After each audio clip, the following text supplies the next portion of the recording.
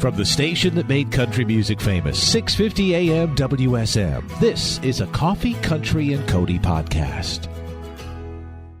Hey, it's Charlie Matos, and in this episode, we sit down with Anjelah Johnson. She's doing a TV taping at the Ryman Auditorium for a brand new stand-up special, October the 1st, 2022. You can get all the information at Ryman.com, and there would be a lot to catch up with. She's a California girl initially, but now she's living in Music City, so we'll get her reaction to living in the South. We'll look back on some great memories from the Mad TV days as well. Enjoy our Coffee, Country, and Cody podcast with Anjelah Johnson.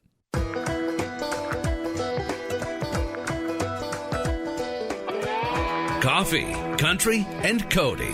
Anjelah Johnson, everybody in this room is so excited that you have come to visit Coffee, Country, and Cody this morning. Thank you. Happy to be here. This is a beautiful studio. And you have moved to Nashville. I did. Let's just start with things a girl from San Jose does not get about life in the South. There's got to be something. Oh, there's many things. Let me tell you. Being a California girl moving to the South, right out the gate, it's different here. A lot of different things happening. One, I was saying, like, when I go to the store in California and I walk in, they say, "Can I help you find anything?" And I'll be like, "No, I'm okay." And if I'm feeling real friendly that day, I go, "No, I'm okay, thanks." That's it. That's where it is, right there. And then I get to Nashville. I went to TJ Maxx, and I can hear the ladies in the row next to me, and one of them was like, "Can I help you find anything?" And the other one was like, "No, I'm all right, but thank you so much for asking. It is my pleasure. It's a beautiful day outside." "Yes, it is, but they say it's going to rain about 3 o'clock. Make sure you get home before the traffic." Bless your heart. And I was like, "Oh, I don't know if I have enough energy for the South. I don't know how to do it." Like, I don't know. Like, who stops talking first, me or you? Who does it? Whoever runs out of air. She's got us down, Kelly. She hadn't been here long, but she's got us down.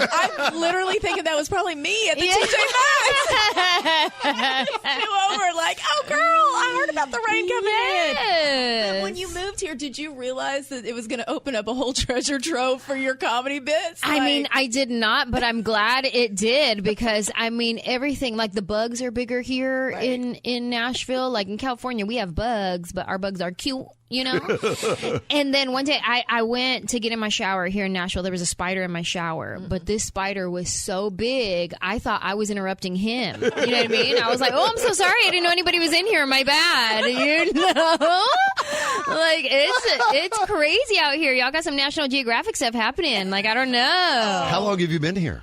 Let's see. We got here last year, but I have been on tour a lot, so I come and go for sure. But we got here about last year. I mean, we've been coming to Nashville for years because my husband's in music, so we come here. All of his tours left out of here, and so we've been coming here for a very long time. But we finally moved here last year. Did I read he's from San Antonio? Well, he's actually an Army brat, born in Germany, lived everywhere, but his family's in San Antonio now. That was my question. Yes. I saw where he was born in Germany, and I said, "Well, what's the connection?" And now I know because of all those military bases. There are like 7 in San Antonio. Yeah, Army baby. He's from all over the place. He spent a lot of time in the South, so he gets it. Because, like, another thing that was new for me is I had my very first tornado warning experience.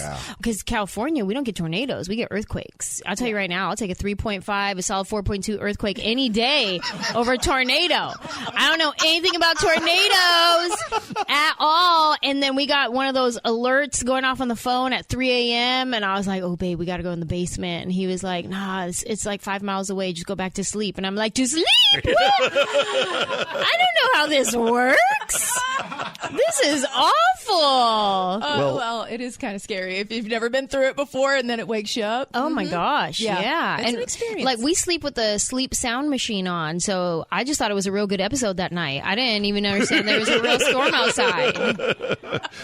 Ryman Auditorium, the mother church, which is so special to us. It's where the Grand Ole Opry performed from 1943 to 1974 when we came to the Opry House. It's one of 5 famous former homes for the Grand Ole Opry, and you're taping there in October. Yes. And you said you were in San Antonio for an extended run recently, and there are nights when you don't know, you can't explain why it's so magical, and things yeah. the audience is on fire, but they are, and you wish you were rolling on those shows. I know. So Nashville, when y'all come out on October 1st, I need you to come with the energy, come with that heat, because we're filming it for my specials. I need you to come ready. Now, you've played the Ryman before, though, I right? have. So the beauty of it is, though, for a decent-sized room, they're right on top of you. Yes. So it must work well for a give and take with the crowd. It really does. And last time I performed there, it was a fire crowd last time, so I'm hoping those same people show up. Everybody come back, and it's a whole new hour. But yeah, no, it's great. I love it there. And I love all the haunted stories, too, because I'm very into all the paranormal, ghosty type stuff. Like, everywhere I go, I try to look up, see if there's anything haunted in the area.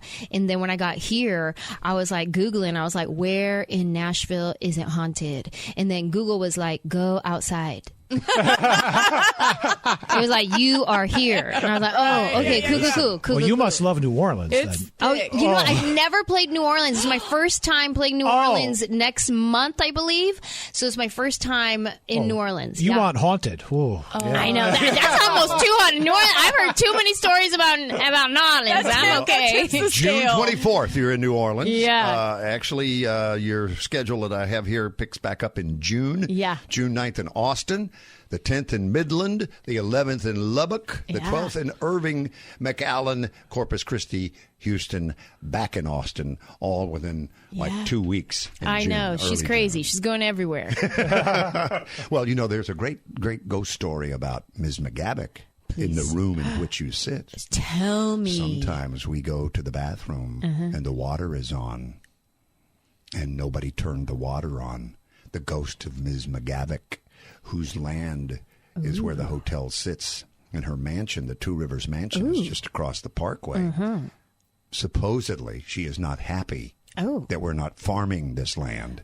Right. We are doing commercial things. She doesn't know times have changed. No, she's not. no, She's not up to date with it. She's like, no social media, nothing. Go get your hose and your picks and get to farming is what she wants to know. Why did no one tell me about this story before I started? This is the first time I've heard it. You and I'm like, the stories of Ms. McGavick? Oh, What year is that? Antebellum South. Because listen, when I was doing my Googling, you can come to find out that most ghosts are like from the 1800s, like 1900s. Like, you rarely ever hear about a 1997 ghost. You know what I mean? Like, it's rare that you hear about Stacy. You know, it's always Mabel, you know. I don't know what her first name is. McGavick's first name was. Charlie, when you gave sports, you did not refer to a former NFL Rookie of the Year, Anjelah Johnson. Oh, this is true. Yeah. Listen, come on. I've left out soccer scores from 4 and 5-year-olds and cross planes. My granddaughter's soccer league. Yes, and we do not forgive you. It was a sad omission. Yes. You were a Los Angeles Raiders or Actually, Oakland Raiders? Yeah, Okay, Oakland Raiders. That history, of course, now they're gone altogether. I know. They're in Nevada. I know. Now they see left what happened us. when you left? That's what happened. Yeah, when I fell went, apart. when I was cheering, we went to the Super Bowl that year, and then I left, and then they left too. That's what happened. They went to Vegas. That's Kelly's history. You're cheering and where'd you cheer? You cheered? Come on, girl. I taught for World Cheerleading Association and traveled all around. No and taught way. Yes, I worked for NCAA for a minute. We were rivals, for a quick second. But that's okay. It's all right. It's all right. It's all right. That's the energy that we need. See, that's why I feel such a connection. I was like, what is that? That's the cheer spirit. It's the cheer spirit. And that's why you felt this. You felt the spirit fingers all the way through. By the way, what color are we rocking this morning? Oh, this is like a pistachio mint. It's beautiful. Mint. Beautiful nails. Here I am. I forgot that's my Do you camera. always have to have your nails done, though? Because everyone's going to look at your nails. I know. It's kind of a thing. Yeah. Now is kind of a thing for the past 15 years. I've had to have a manicure done. So excited that Anjelah Johnson is in studio. Ryman Auditorium, Saturday, October 1st for the television taping of her new special. Tickets are on sale now, by the way. You can go to Ryman.com and get those. The new book we will talk about. Kelly is wanting to talk about this book when we come back. Who Do I Think I Am? Stories of Chola Wishes and Caviar Dreams. Anjelah Johnson continues after a break. Coffee, Country, and Cody. Everyone at work loves you guys. WSM. Anjelah Johnson in That's right. studio with us. We are so excited she's here. 16 minutes till 9 o'clock, 8:44 in America's Music City. People listening all over the world on WSM, watching all over the world on Circle Television. And Kelly Sutton, I know you want to find out more about the book. Well, that was the first thing I said when you walked in. I said, I know you've done the book. Yes. It's out. Yeah. Was that the hardest thing you've ever done? Because every person I know that has written a book said, I walked into it thinking this is going to be amazing. And I Right. walked away from it going, oh my gosh, that was a lot of work. Well, it's a lot of work, but it's also very vulnerable. Yeah. You know, there was a lot of times where I was reading through drafts of the book and I'd be like, wait, do I really want to share this story? Am I really going to put it out there in the world? Hold on. So I did do like a bunch of edits and things like that. I did get to know myself more. I got to know my family more. I learned a lot because one thing I noticed, I would write stories and I was writing from my own perspective, but I would be like, Mom, what were you thinking during this time when I was 14 years old dating a gangbanger who had a kid who never graduated high school? Like, what were you thinking? First of all, letting me date this person. Right. But also, like, what were your thoughts? Because I only know my point of view from my childhood. And your ethnicity is Mexican and Native American? Yes. So I grew up, trying to figure out like who I am. I'm Mexican, Native American, but my last name is Johnson. I don't speak Spanish. Like I wanted to be a chola real bad. And like chola, that's like a tough, like Latina gangbanger type chick. Like I wanted to be that girl, but I was Anjelah Johnson. Nobody was scared of Anjelah Johnson. You know what I mean? And I didn't speak Spanish and it was like all the things. And like growing up, and then I still don't speak Spanish. I wish I did. I mean, I guess I don't wish hard enough, otherwise I'd just learn, you know what I mean? But I mean, like I think that I can speak Spanish because I think that I think Spanish thoughts, but they just come out English is what it is. Because like sometimes I will see a situation happening where there's like somebody who doesn't speak English trying to talk to somebody who doesn't speak Spanish, and I'm like, let me go help. But like, what am I gonna do? How can I help? Help him sound it out? Like what? I don't get it. We're both gonna guess together? Like I don't understand. But yeah, so growing up, like stories of self-identity. Who do I think I am? But it's also who do I think I am to dream such big dreams and go for them? Like the audacity I have to say something outrageous like I want to be an actress. What did I know about being an actress? I'm from San Jose. I knew nothing. So it's like, who do I think I am to go for my dreams, to write a book, all of these things. So who do I think I am is layered. It's self-identity and also stories of chasing my dream and how I got to where I am today.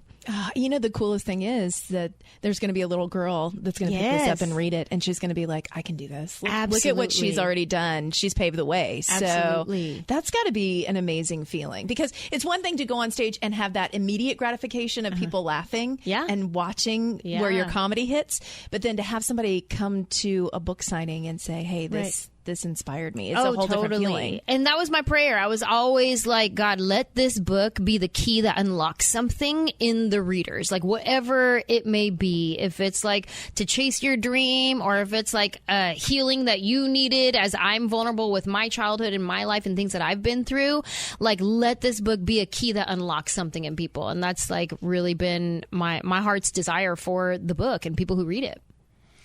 So when did you realize you were funny? You know what? Funny enough to stand in front of people and be really funny and keep them entertained. My whole family is funny. And so the first comedian I ever met was my dad. Like I just grew up watching him get the laugh in every conversation that he was in. And that's how I learned, like you say funny things and people laugh. And my dad growing up, he's the life of the party. What's his name? His name is Mitch. And he's a ladies' man. Let me tell you, he's a delivery truck driver. And on his route, all the ladies love my dad. And so he'd be like a little flirt. He's charming. He's funny. He's witty. So I grew up watching that, and my whole family is funny. Like my text thread with my siblings is hilarious. Like I'm not even the funniest one in my text thread. I think my brother Kenny, he's probably the funniest one. But yeah, I grew up around funny. My grandpa, he was always playing pranks on people, and like he would do this thing where he would get a rubber cockroach and tie like clear fishing wire to it, and he would put the rubber cockroach in his pocket because he always wore suspenders in his shirt with a pocket, and put the rubber cockroach in there, the fishing wire around his neck, and he would go through the grocery line and pull the fishing wire so it looks like the cockroach is crawling out of his pocket, and he would just always prank people and like do things like that. That's great. So I grew up around that kind of energy. So I didn't realize that I was funny outside of my family until I took a joke writing stand-up comedy class at a church. That's how I started my comedy career, was in a church on Tuesday nights. Yes. Did you like close with prayer? Or? Yeah.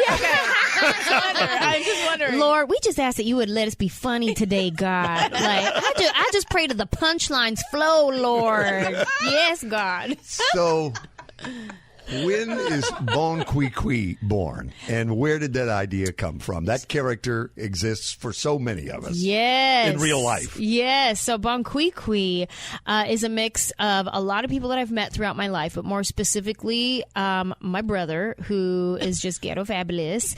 And at the time, he was not sober. So he was like, he would say anything that his mind thought. And that's kind of how Bonk is. Like, she says the things that most people think but wouldn't say out loud. And she's also a little bit of a girl that I met in a Burger King drive-thru in Memphis, Tennessee about 16 years ago. This woman changed my life, and I added a little bit of her into this character as well. And so, yeah, Bonk is a character I did on Mad TV.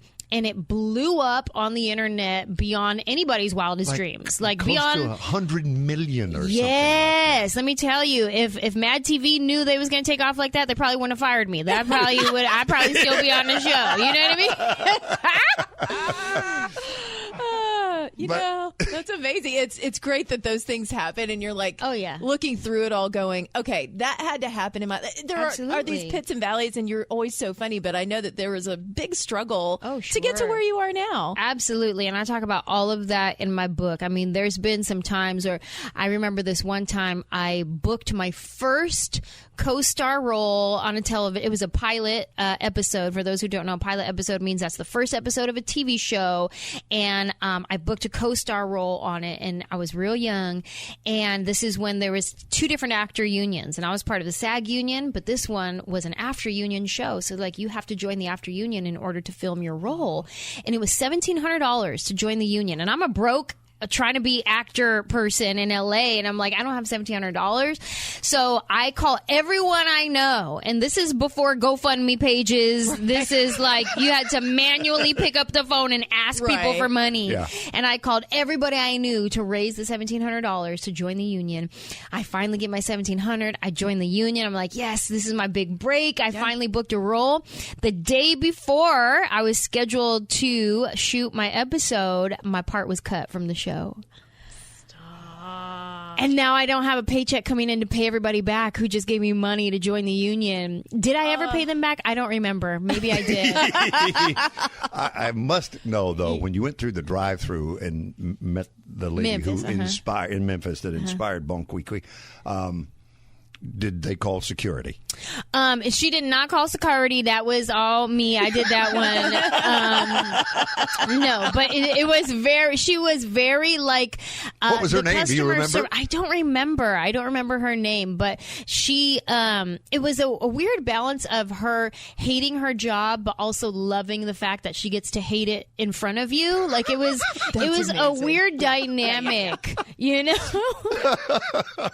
And you like the nail salon bit. That's why we were looking at the nails. I'm like, that was a huge thing for so many years. And now walking out, it's so fun to hear your observational humor and how it's changed. Mm-hmm. Yeah. Has your audience changed with you as well? Yeah. I feel like as I evolve, my audience evolves with me. And that's been a very cool thing to see. And especially like with me, like when I do my material and I'll go in a different direction. I'm like, let's see, is my audience going to ride with me? And they've been riding with me so far. So I'm like very grateful. And, people ask me, like, do you still do the nail salon joke? And at this point, I kind of have to. Like, it is my hit that put me on the map. This is my stairway to heaven. This is my, like, I have to do it. Otherwise, people will start shouting it out if I don't. So now I kind of present that joke almost as a thank you to my audience for like riding with me for so long. Like, I know that this is the joke that introduced you to me, and this is nostalgic for you, and it means a lot to you and your group of girlfriends or your family or your text thread or whatever it was. So here it is for you. Thank you so much for riding with me for this long. Anjelah, thanks for riding with us this morning. Thank you. This has been a delight. And welcome to Middle Tennessee. It's great to have you in the Nashville community. Anjelah Johnson, Ryman Auditorium, Saturday, October 1st. She's taping for a television special on sale now. Tickets at Ryman.com. And her new book, Who Do I Think I Am? Thanks for listening to our Coffee, Country, and Cody podcast. Our program director at WSM Radio is J. Patrick Tittle. Our digital producer is Haley Hall. Marketing and promotions director is Amanda Cannon. And I'm Charlie Matos. If you like what you've heard, make sure you subscribe so you never miss an episode. And leave us a review on iTunes. It really does help new people find the show.